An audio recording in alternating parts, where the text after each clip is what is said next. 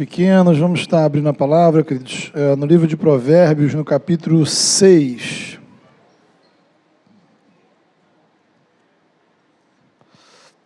Provérbios, capítulo de número 6. Nós vamos ler a partir do versículo 6. Então, Provérbios 6, 6.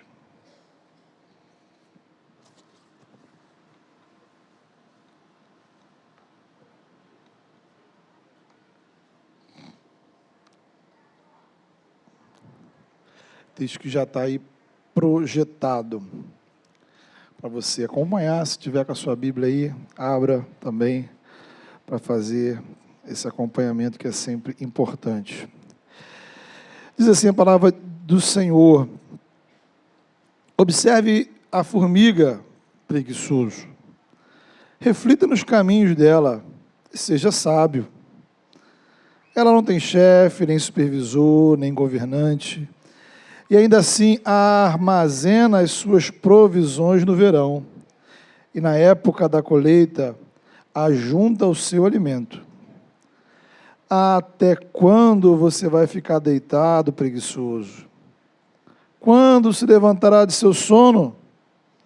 Tirando uma soneca, cochilando um pouco, cruzando um pouco os braços para descansar. A sua pobreza o surpreenderá como um assaltante, e a sua necessidade sobrevirá como um homem armado sobre você. Amém. Meu irmão, minha irmã, quem é a pessoa mais preguiçosa da sua casa?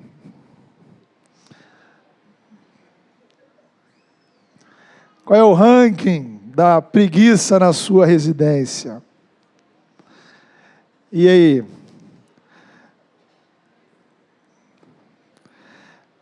Será que você se considera uma pessoa preguiçosa? Já te chamaram de preguiçoso? Então a preguiça, irmãos, é um assunto curioso, que a gente tende a dar pouca importância. Mas é um tema que aparece aqui no livro de Provérbios. Na verdade, há vários versículos falando sobre esse tema, indicando os problemas que a preguiça pode ocasionar.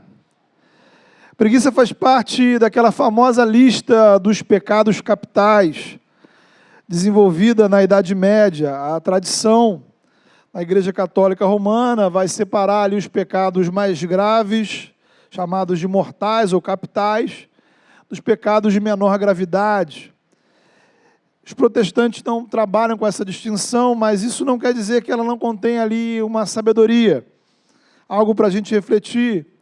Então é interessante a gente observar que a preguiça ela está incluída entre os pecados mais graves, os pecados considerados mortais. Isso chama atenção porque, talvez se eu pedisse para você fazer uma lista dos 7 piores pecados, acho que dificilmente você colocaria a preguiça. Mas basta, como falamos, olhar o livro de Provérbios para observar que ela não é algo assim tão irrelevante.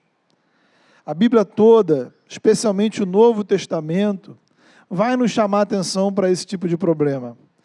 Acontece que a preguiça em si parece inofensiva, traz consequências talvez só para si mesmo, mas na verdade ela afeta várias áreas da nossa vida, inclusive afeta outros ao nosso redor.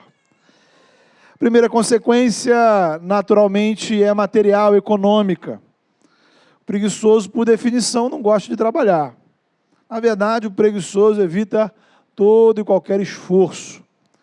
É a lei do menor esforço possível, seja para estudar, seja para trabalhar. Veja, não estamos falando daquela pessoa que quer trabalhar e não consegue. Tampouco daqueles que no Brasil ou pelo mundo afora não têm acesso à educação. O preguiçoso é aquele que pode trabalhar, mas não quer. Pode estudar, mas evita a todo custo. E se trabalhando já está difícil pra caramba, sem estudar nem trabalhar, a pessoa inevitavelmente enfrentará necessidades, é o que o texto diz para a gente aí. A sua pobreza te surpreenderá. Só que essa pobreza que nos surpreende por causa da preguiça, ela não é apenas uma pobreza material. A preguiça te traz pobreza emocional, relacional e espiritual. Preguiça afeta o nosso amadurecimento. Amadurecer dá trabalho. Autoconhecimento requer esforço. Ouvir com atenção o que as pessoas têm a dizer, refletir sobre a história de vida, suas limitações, suas fraquezas, virtudes, analisar suas reações, intencionalmente mudar de comportamentos, adotar novas práticas, isso tudo dá trabalho. O preguiçoso evita conversas profundas. Pensar dá trabalho. Então a preguiça vai te mantendo nas distrações superficiais. Nesse sentido, há uma espécie de conspiração da sociedade para te manter na preguiça, porque a quantidade de distrações superficiais, elas são enormes. A preguiça te mantém preso na imaturidade. Não precisamos falar, né, que a preguiça afeta a nossa saúde física, saúde mental. O preguiçoso não vai se interessar por atividades físicas. A preguiça, nesse sentido, pode te matar. A preguiça pode matar não só o seu corpo, pode matar amizades, pode matar famílias, pode matar casamentos. Ser amigo de alguém preguiçoso é caótico.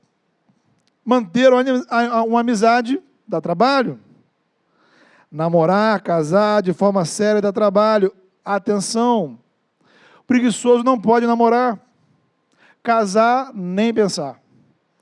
Então, alô você adolescente preguiçoso, fique ligado, né? Porque tem uma fase que a preguiça pega com força, é na adolescência, né? Tem uns que são a encarnação da preguiça. Em casa não acontece isso, talvez na sua. Então, gente preguiçosa não pode nem namorar, nem casar. Se namorar sério dá trabalho, manter um casamento, permanecer casado 30, 40, 50 anos, sem nunca matar o seu cônjuge, requer, irmãos, uma dedicação extrema. E sem o empenho dos dois, o maior amor do mundo não se sustenta. Se formos falar de filhos, então, esquece, né? São maravilhosos, mas dão trabalho pra caramba. Então, preguiçoso não pode namorar, não pode casar, não pode ter filhos. Olha isso, né? É a realidade, irmão. Alguns filhos dão trabalho a vida toda. Imagine você. Pais preguiçosos não contribuem com o crescimento integral dos seus filhos. Filhos preguiçosos são dor de cabeça constante para os seus pais. Então a preguiça também deixa marcas na nossa espiritualidade. O preguiçoso acha muito cansativo essa coisa de orar todo dia, meditar na palavra, vir ao culto todo domingo. Falar com Deus dá trabalho. Refletir sobre o Evangelho dá trabalho. Fazer discipulado, participar do núcleo, ouvir devocionais, sem condições. Renunciar desejos, renunciar pecados. Pedir ajuda. Cansativo. Então, o crente preguiçoso está condenado a uma vida espiritual rasa, superficial. Servir na igreja nem pensar. Se o reino de Deus dependesse dos preguiçosos, ai de nós. O cristianismo não teria saído lá de Jerusalém. Possivelmente, se os discípulos de Jesus sucumbissem à preguiça, a igreja já teria deixado de existir há 2000 anos atrás. Porque servir o Senhor dá trabalho. Cuidar da igreja, levar o evangelho às pessoas de outras cidades, de outras nações, cumprir a missão de Jesus, qualquer tarefa da igreja, qualquer ministério da igreja. Aliás, na igreja, geralmente o preguiçoso não trabalha e dá trabalho. Essa é a ironia e a beleza do evangelho, né? Jesus veio acolher todos os pecadores, inclusive os preguiçosos. Então, se você se sente preguiçoso, Não fique ofendido. Todos nós, um dia ou outro, passamos por isso. Eu também. Precisamos lutar contra ela. Como qualquer outro pecado, também somos afetados por esse. O que não podemos achar é que é algo normal, legal. A preguiça precisa nos incomodar em todas as áreas, porque ela nos prejudica, ela traz consequências negativas. Não apenas individualmente, prejudicamos nossa família, nossos amigos, nossa comunhão com Deus, a igreja. Então eu preciso me incomodar com ela. Provérbios é enfático em mostrar que a preguiça diz respeito ao comportamento dos insensatos, não dos sábios.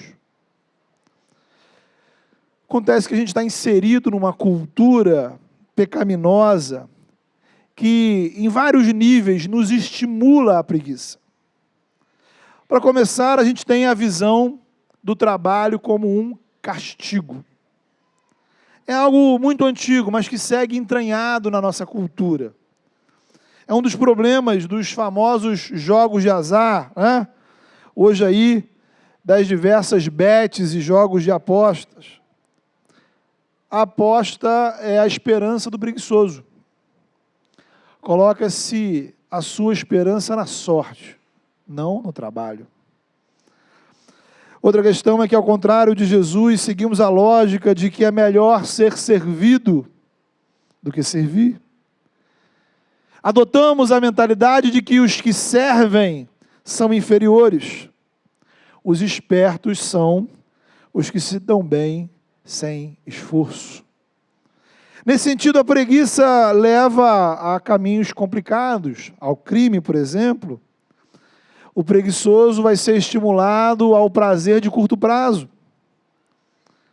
Trabalhar o terreno, escolher as sementes, plantar, cuidar da plantação, esperar a colheita, todo esse processo é longo, leva tempo, dá trabalho. Então, como diz o texto, o preguiçoso precisa aprender com as formigas, que se preparam para o inverno durante o verão. O preguiçoso não pensa no inverno, ele quer curtir o sol do verão.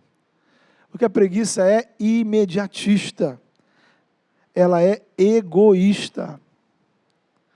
O preguiçoso avalia a vida pelo seu próprio cansaço, porque pensar nos outros, ajudar os outros, dá trabalho. Então, diante dessa cultura pecaminosa, nós precisamos recuperar uma visão bíblica sobre trabalho em várias dimensões. E para isso a gente precisa começar olhando que a palavra de Deus nos diz em Gênesis. A história bíblica começa dizendo que Deus estava trabalhando. Olha que coisa interessante. Óbvio, a natureza do trabalho de Deus é diferente da nossa. Mas o ponto é, tudo começou quando Deus resolveu agir, fazer, realizar. Deus não ficou assistindo dos seus aposentos o Big Bang ou coisa parecida. Ele agiu, ele falou, ele criou, ele organizou a criação, fez o ser humano à sua imagem, deu orientações, se revelou. Então a criação é trabalho de Deus. E o ser humano é a obra de arte do Criador. Além disso, Deus nos trabalhou para nos salvar. Deus não ficou no céu assistindo o caos espiritual que nós mesmos causamos por causa do pecado. Ele não ficou assistindo a humanidade indo para o inferno, torcendo para que alguém pudesse fazer alguma coisa. Ele agiu. Fez aliança com seu povo, enviou sua palavra, enviou profetas e, por fim, enviou seu próprio Filho. Jesus não veio ao mundo a passeio. Jesus não veio surfar nas ondas do mar da Galileia ou jogar futebol com os garotos de Jerusalém. O ministério de Jesus foi trabalho duro em prol da nossa salvação. A sua morte na cruz fazia parte desse trabalho. Por isso ele mesmo afirmou lá no Evangelho de João, capítulo 5, meu Pai continua trabalhando até hoje, e eu também estou trabalhando. O Espírito Santo foi derramado sobre a igreja para trabalhar a graça de Deus em nós, entre nós e através de nós. Portanto, Esse Deus, o Deus revelado em Jesus, nas Escrituras, o Deus que é Pai, Filho e Espírito Santo, não é um Deus preguiçoso. Para superar a preguiça, precisamos redimir, repensar a nossa visão inteira de trabalho. Como falamos, está entranhado na nossa cultura uma visão de trabalho como castigo, algo negativo. Trabalhamos porque somos obrigados. O nosso sonho é ter dinheiro para não precisar trabalhar. Acrescente-se a isso a visão de que muitos têm, de que trabalho não tem nada a ver com a nossa espiritualidade. Então, quando eu entro no meu trabalho, eu deixo Deus do lado de fora. O objetivo único do meu trabalho é produzir lucro. Desde a época da Reforma, os cristãos protestantes têm chamado a atenção para essas distorções. A Bíblia nos oferece outra perspectiva. Mais uma vez, precisamos voltar a Gênesis. E ali a gente percebe que Deus deu ao homem orientações para que ele trabalhasse na criação. Deus não colocou a natureza diante de nós para apenas sermos consumidores ou admiradores. Deus criou o jardim e nos entregou a tarefa de cuidar do jardim. Somos como que caseiros do sítio de Deus. Nosso trabalho é cuidar do jardim, usando nossa criatividade, inteligência para produzir ciência, tecnologia, a partir do jardim, cultivar a terra em benefício dos moradores do jardim. Veja que tudo isso acontece antes do pecado. Portanto, o trabalho é algo bom, criado por Deus antes do pecado, e que continuará existindo nos novos céus e nova terra. Tire seu cavalinho da chuva. Você que acha que no céu só vai ficar cantando. Lá tem trabalho.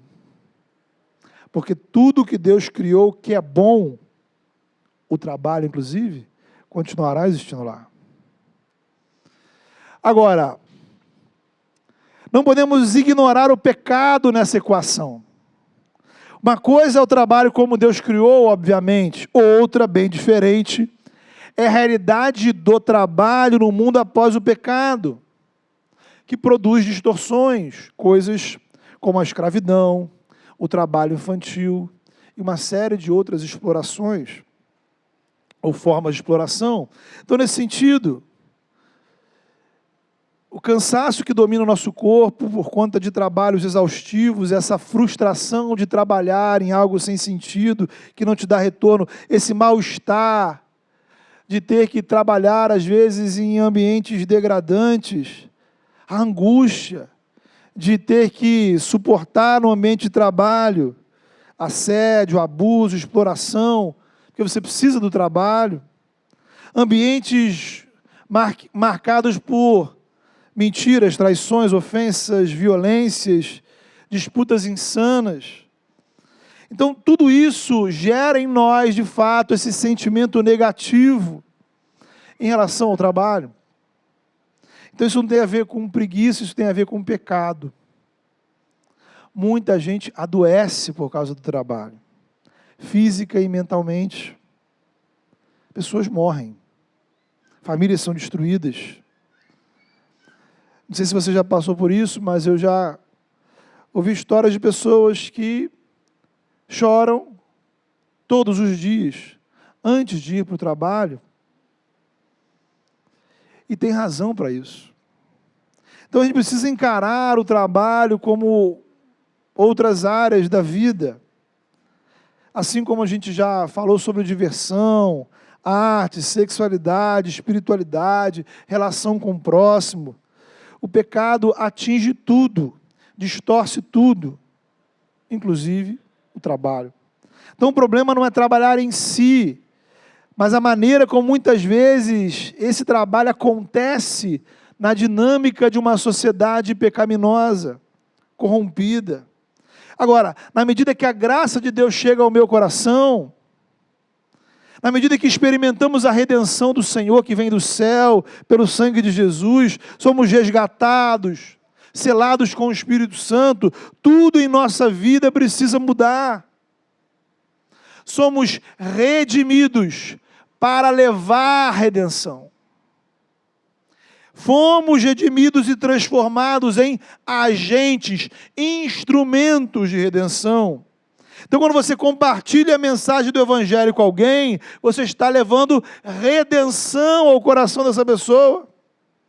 Quando agimos de forma redimida nas áreas de nossa vida, levamos redenção a estas áreas. Assim como nossas relações familiares precisam ser redimidas, nossas emoções precisam ser redimidas, nossa relação com a cultura, com a diversão, a nossa atuação profissional também precisa ser redimida. Aí eu vou destacar 4 aspectos para você construir uma visão redimida do trabalho. Em primeiro lugar, a perspectiva da vocação, algo que a gente apresenta no DNA da nossa igreja para todos aqueles que iniciam a nossa jornada como membros da nossa comunidade. Faz parte do nosso DNA entender que a gente serve ao Senhor, não apenas dentro da igreja, mas também no nosso dia a dia. De modo que eu preciso pensar minha atuação profissional, seja o trabalho que eu tenho agora, ou o trabalho que eu pretendo ter, como uma forma de honrar a Deus e abençoar pessoas. Veja, querido, todo trabalho é serviço prestado a alguém. Tem alguém que é beneficiado ou prejudicado pelo seu trabalho. Seja da pessoa que trabalha no comércio mais simples, ao CEO de uma grande empresa, do enfermeiro ao professor, do pedreiro ao caminhoneiro, todo mundo está servindo a alguém. Então, eu preciso trazer essa dimensão à minha atividade profissional. Eu estou ali para abençoar pessoas. Se a bênção de Deus chegou na minha vida, eu estou ali para abençoar pessoas. Alguém será abençoado pelo meu trabalho. Dependendo da situação, o seu trabalho pode contribuir para minimizar os efeitos do pecado no mundo. Veja só. Quando um professor alfabetiza uma criança, está dando condições para que essa criança possa ler. Não só qualquer coisa, mas ler a palavra de Deus. Por isso, fazia parte lá da reforma a ideia de que ao lado de cada igreja deveria haver uma escola. Então, a limpeza de uma rua, o cuidado de um doente, a diminuição da violência, o remédio que alivia a dor, a solução de uma injustiça, um alimento mais saudável, famílias e amigos que podem se comunicar, apesar da distância, o conserto de uma casa, entre várias outras situações, são formas de abençoarmos pessoas pelo nosso trabalho. Segundo aspecto da redenção é o aspecto que alcança a questão da remuneração. Precisamos redimir essa nossa relação com o dinheiro. Já falamos disso várias vezes. O dinheiro precisa deixar de ser um laço para ser uma forma de abençoar. Então, neste mundo, o trabalho também é uma forma de ganharmos dinheiro. O problema não é querermos ganhar mais dinheiro, a pergunta é para quê? Infelizmente, a nossa cultura nos ensina a ganhar dinheiro ou mais dinheiro para consumirmos mais para nós mesmos. Então, é um ciclo de consumo infinito, baseado em nós mesmos, então, temperado com altíssimas doses de vaidade e orgulho. O Evangelho nos ensina a regular esse anseio por consumo com contentamento. E aí, junto com o contentamento, a redenção da nossa relação com o dinheiro nos faz pensar nele, não apenas como forma de conforto pessoal, mas oportunidade de abençoar outros, agir com caridade, investir no reino. Então não é pecado querer ganhar mais, ter um bom salário. problema reside nas motivações. Então você deve sim lutar por uma vida profissional bem-sucedida. Você tem motivos de sobra no Senhor para ser o melhor profissional da sua área. Mas desde já, você precisa mergulhar as suas pretensões profissionais e financeiras no Evangelho, no reino de Deus. A presença ou a ausência do dinheiro não muda a nossa identidade diante do Senhor. É o contrário. A minha identidade diante do Senhor deve determinar a minha relação com o dinheiro. Somos servos do Senhor, redimidos pela graça, para levar a redenção. E de alguma forma a nossa vida financeira pode ser instrumento para abençoar nossa família, nós mesmos e outros ao nosso redor. Terceiro aspecto dessa redenção do trabalho tem a ver com o padrão ético. Então, falamos de vocação, falamos da questão da remuneração, falamos agora do padrão ético. Veja, a maioria das profissões possui um código de ética. Grandes empresas estabelecem diretrizes para ordenar o comportamento dos seus funcionários.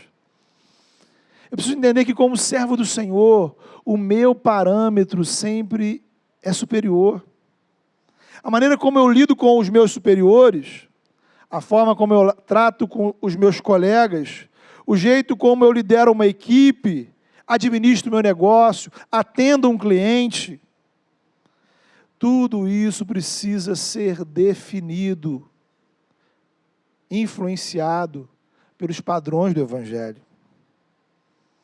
O seu padrão não é o que os outros colegas fazem, as outras empresas fazem. O seu padrão está na palavra. O profissional cristão deveria ser alguém de comportamento, comprometimento, responsabilidade, dedicação, competências acima da média. Infelizmente, a gente muitas vezes vê o contrário. As pessoas usam a fé como desculpa para não fazerem o melhor e agirem com irresponsabilidade. Então, primeiro deveria vir um bom comportamento, um bom testemunho, para que depois eu compartilhasse a fé. As pessoas fazem o contrário. As pessoas se apresentam dizendo que são evangélicas, como se isso mudasse a maneira como fosse avaliarmos o trabalho que elas vão fazer. Então, quando falamos de padrão ético, devemos lembrar que nós somos servos de Deus na Babilônia. Servos de Deus e um mundo corrompido. Então, isso quer dizer, irmãos, que por mais comprometidos com o Evangelho que sejamos, as relações do sistema trabalhista como um todo, de um jeito ou de outro, uma hora irão te contaminar. Então, o trabalho plenamente redimido, somente no novo céu e nova terra. Então, se você não entender isso, você trava. Você não consegue trabalhar nem desenvolver profissão alguma, porque sempre você vai lidar com resíduos de pecado, em todas as áreas, em todas as profissões, em todos os negócios. Então eu preciso estar ciente que na prática, eu preciso sinceramente buscar, de maneira sincera, fazer o melhor para Deus, independente do meu trabalho, ciente de que nem sempre é possível. Talvez não seja possível hoje, talvez amanhã vai ser, talvez não nesse lugar, mas no outro lugar, mas é a meta para a qual eu caminho. E o quarto aspecto, queridos, dessa redenção do trabalho é a gente superar a idolatria do trabalho. Então veja que, se por um lado existe uma cultura de preguiça, né, que olha o trabalho como algo negativo, por outro existe um grupo de pessoas que se apegam tanto ao trabalho, que acabam dentro de um burnout. O pano de fundo para essa idolatria, ele está na relação do trabalho com o dinheiro, na relação do trabalho com a autoestima. Muita gente faz do trabalho a sua definição de valor, de identidade. Então o trabalho se torna a fonte da minha razão de existir. Como se não existisse vida fora dele. Ou então, eu torno o trabalho a fonte do meu sustento. Então preciso lembrar que por mais importante que seja o que eu faça, quem me sustenta é o Senhor. Fomos salvos por Deus para servir ao Senhor no trabalho, não ao trabalho. Então, guarda aí para você não esquecer. Trabalhamos para abençoar pessoas. Repense a sua perspectiva de remuneração. Ganhar mais. Para que ganhar mais? O que fazer com que eu vou ganhar a mais? Seguir o padrão ético do Evangelho e enfrentar a idolatria do trabalho. Por fim, irmãos, a gente precisa refletir sobre o impacto da preguiça na nossa vida espiritual. Já falamos um pouco disso. E isso nos atinge individualmente e de forma comunitária, como igreja.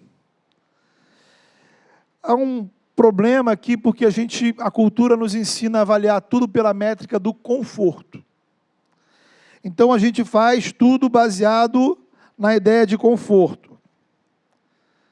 Pessoas se divorciam porque não se sentem mais confortáveis naquele relacionamento. Pessoas deixam a igreja porque estavam se sentindo desconfortáveis. Só que essa métrica ela é perigosa, especialmente quando a consideramos no relacionamento com Deus. Pelo parâmetro do que é confortável ou não, a preguiça vence. Se aplicarmos ao relacionamento com Deus a regra do menor esforço necessário, a nossa comunhão com Deus vai ficando rasa, fraca, empobrecida. Como diz o texto, a pobreza nos alcançará. A pobreza espiritual é o resultado da preguiça espiritual. Como já falamos, os movimentos para uma vida espiritual comprometida são contraintuitivos. O que quer dizer isso? Eu não os faço naturalmente.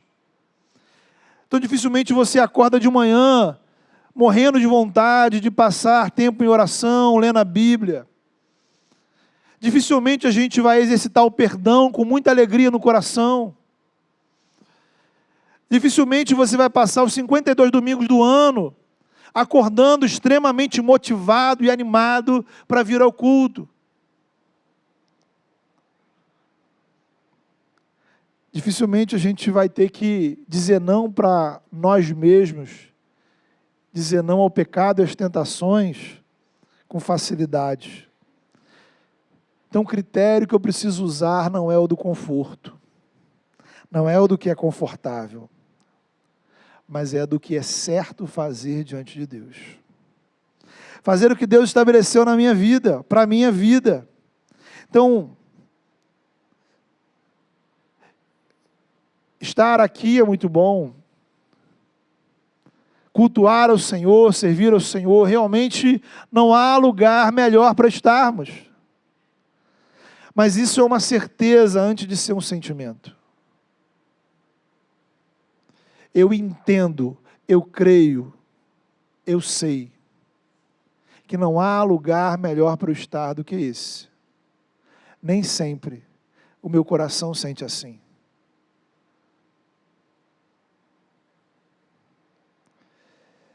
Fazer o que é certo diante de Deus. Porque o meu corpo e a minha alma têm necessidade do Senhor. Segundo nível é o nível da igreja e da missão. Ora, Jesus falou que é um trabalho a fazer. E faltam trabalhadores, né? Então, é aquela história. Na dinâmica do reino, nunca sobra trabalho. sempre faltam trabalhadores. Sempre. Nesse mundo é assim. Como cristãos e igreja, recebemos do Senhor uma missão e um trabalho, uma tarefa a cumprir, anunciar o Evangelho, fazer discípulos, testemunhar o reino por meio de boas obras, sermos sal e luz do mundo. Ora, meu irmão, minha irmã, não existe igreja sem trabalho. A missão não acontece sem trabalhadores. Então, nesse caso, vai ficando cada vez mais claro que a nossa preguiça é uma aliada do inferno. Atrapalha a sua comunhão com Deus, atrapalha o cumprimento da missão da igreja.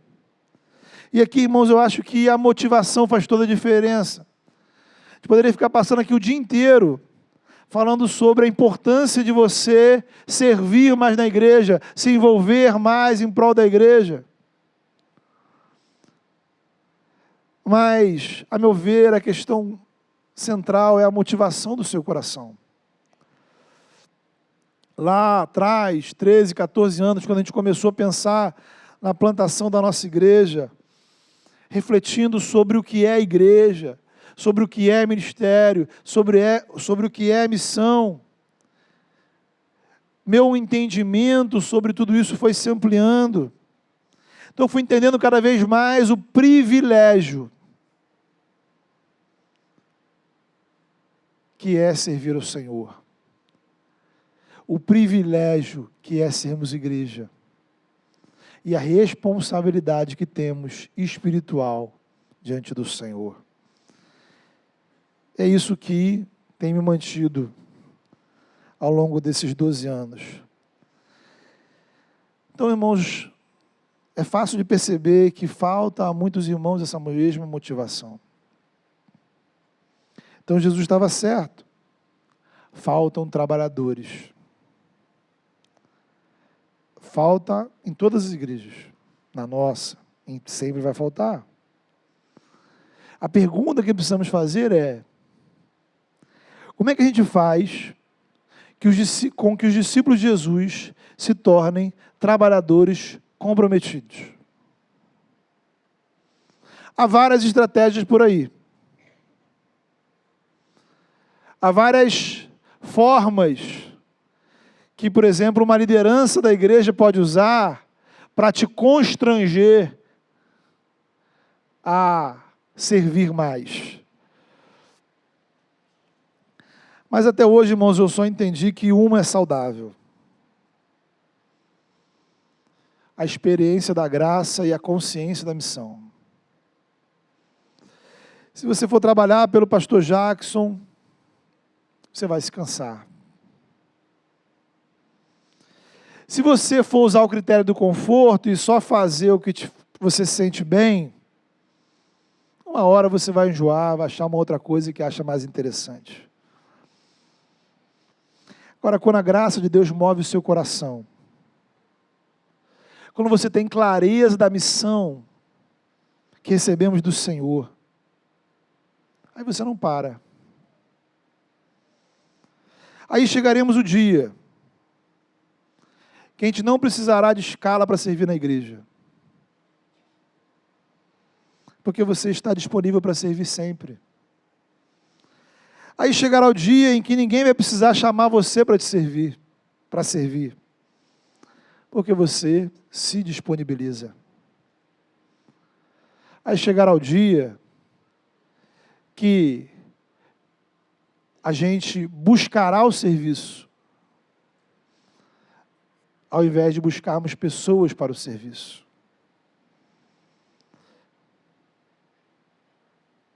Por que faltam trabalhadores? Essa frase de Jesus ela é importante para a gente entender que o nosso trabalho como igreja nunca termina. O nosso trabalho como igreja não termina quando a gente faz o nosso culto, enche as cadeiras, paga as contas, realiza o evento. A igreja está sempre em missão. Enquanto existir gente nesse mundo não crente, enquanto existir crente nesse mundo que precisa ser acolhido. Enquanto Jesus não volta, a igreja tem uma missão a fazer.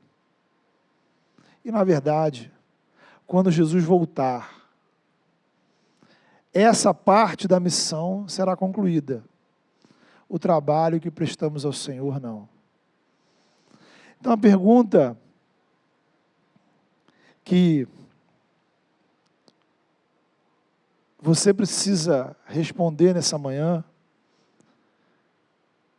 aquilo que eu gostaria que você refletisse, é: o que te falta para ter uma experiência da graça mais profunda? Será que não é hora de você parar e refletir um pouco mais, de forma mais ampla, sobre o que é ser igreja, o que é ser cristão? E talvez você perceba que a preguiça está te impedindo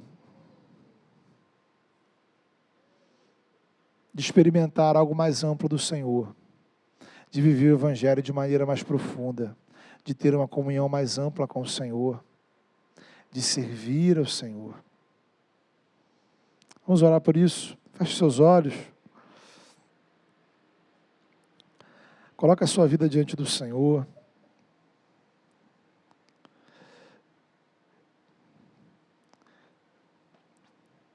Apresenta ao Senhor o seu coração, as suas demandas.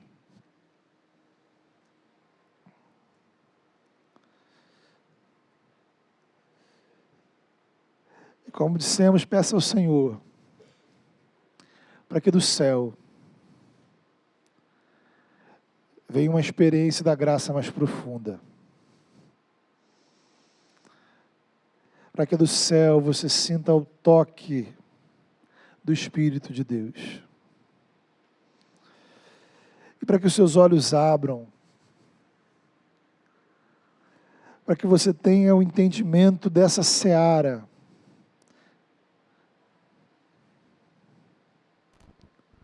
a seara que é grande,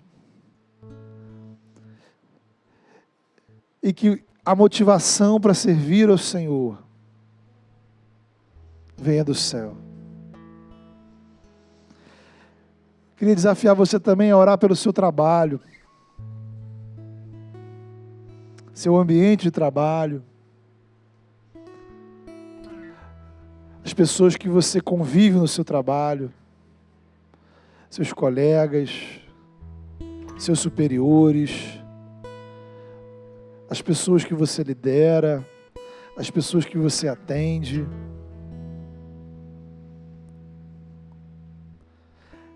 Peça ao Senhor para que você seja um agente de redenção no seu trabalho. Para que por meio da sua atividade profissional, seja ela qual for, você possa semear a graça.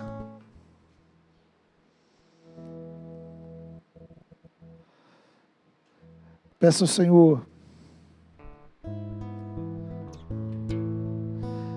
para que as situações de pecado que existem no seu trabalho, de alguma forma você consiga levar a luz.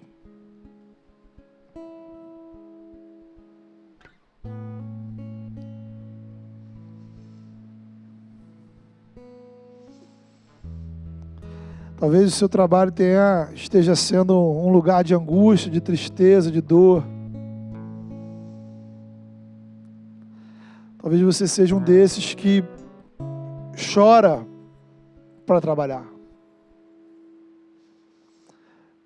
Peça ao Senhor graça.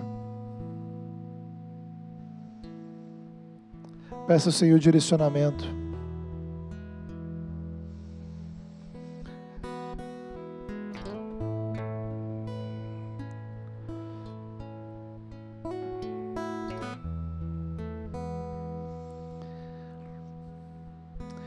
Deus amado, em nome de Jesus, apresentamos diante do Senhor teus servos, ó Pai.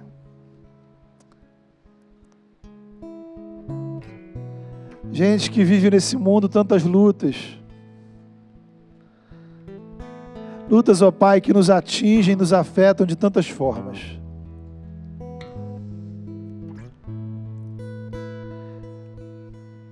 Queremos apresentar diante do Senhor, ó Pai, os nossos trabalhos, ó Deus. As pessoas, ó Pai, com as quais convivemos no nosso ambiente de trabalho. Permita-nos, ó Pai, a exercermos nossas profissões, nossas atividades, de forma que honre o Teu nome, Senhor. Que possamos seguir o padrão, ó Pai, do Evangelho, não o padrão do mundo, Senhor. Que sejamos instrumentos de redenção. Ajuda-nos, ó Pai, a ter uma perspectiva saudável, Senhor, sobre a remuneração. Usando o dinheiro com sabedoria, Senhor. Livra-nos do consumismo, livra-nos, ó Pai, da ganância, da avareza, Senhor. Dá-nos o contentamento. E dá-nos, ó Pai, a sabedoria de poder, alcançando novos patamares financeiros, usar esse valor de forma sábia, Senhor. Que o nosso coração esteja sempre no Senhor. E que dinheiro algum mude, Senhor, quem somos diante do Senhor.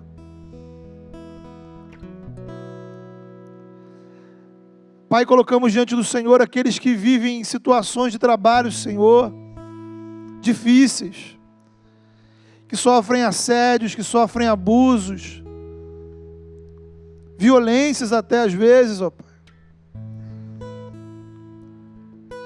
Gente que está sofrendo e chorando, Senhor, e se angustiando, mas que não consegue, não tem como, Senhor, abrir mão desse trabalho. Em nome de Jesus, ó Pai, vai ao encontro desses irmãos, ó Pai. Abre novas portas. Permita, Senhor, que o Teu povo, não só o povo dessa igreja, mas o Teu povo, Senhor, de modo geral, se levante, Senhor, para ter uma visão, uma perspectiva redimida do trabalho. Para que sejamos referência, Senhor, no servir, não só dentro da igreja, mas fora dela. Dá-nos um coração, Senhor, realmente encharcado com a Tua graça. Renova-nos, ó Pai, a nossa consciência, a nossa visão da missão. Para que assim, Senhor, possamos servir ao Senhor na Tua casa. E que isso não seja um fardo, mas, ó Pai, que o nosso desejo natural seja esse, ó Pai, porque estamos servindo ao Senhor. Em nome de Jesus, ó Pai, conduz o Teu povo nesse sentido. E que nós, como igreja, Senhor, sejamos instrumentos do Senhor, da Tua graça, da Tua luz, do Teu Evangelho nessa cidade. Em nome de Jesus Cristo. Trabalha em nós. Trabalha, Senhor, através de nós. É o desejo do nosso coração, em nome do Teu Filho Jesus. Amém.